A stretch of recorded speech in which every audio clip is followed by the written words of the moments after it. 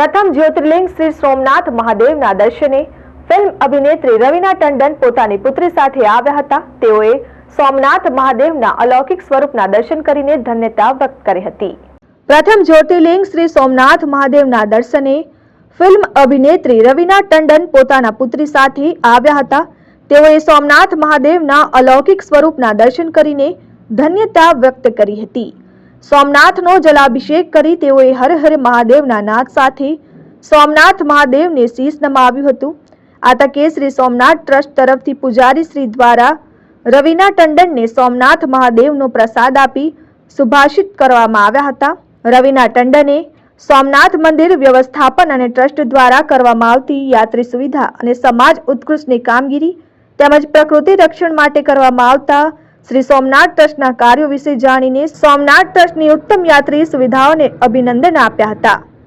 તેમજ દેશના વડાપ્રધાન નરેન્દ્રભાઈ મોદીની અધ્યક્ષતામાં सोमनाथ तीर्थ क्षेत्र में थયેલ विकास अंगे प्रधानमंत्री नो आभार प्रकट कर्यो हतो। मैं और मेरी बेटी आज यहाँ सोमनाथ जी महादेव के दर्शन करने आए हैं और जहाँ तक कि मैं देख रही हूँ इतनी अच्छी बढ़िया व्यवस्था है, शांति पूर्वक है, कोई धक्कम धक्की नहीं है, हर एक इंसान को अच्छी तरह दर्शन हो रहे हैं महादेव बाबा के।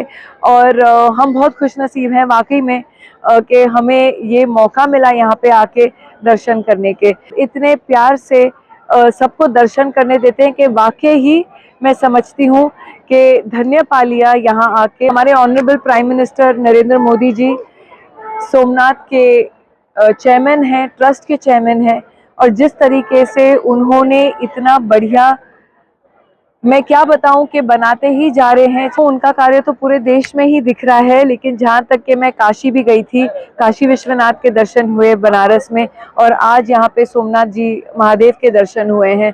तो उससे और बड़ी चीज़ मैं क्या कहूँगी कि उन्होंने इतनी अच्छी व्यवस्था करके रखी है। हम सब जो यहाँ आते हैं पूजने, हम सब भक्तों के लिए का बहुत बहुत धन्यवाद, और ऐसे ही हमारे लिए ये करते जाएं, हमारे देश के लिए करते जाएं। दीक्षिता परमार, RN न्यूज़, गिर सोमनाथ।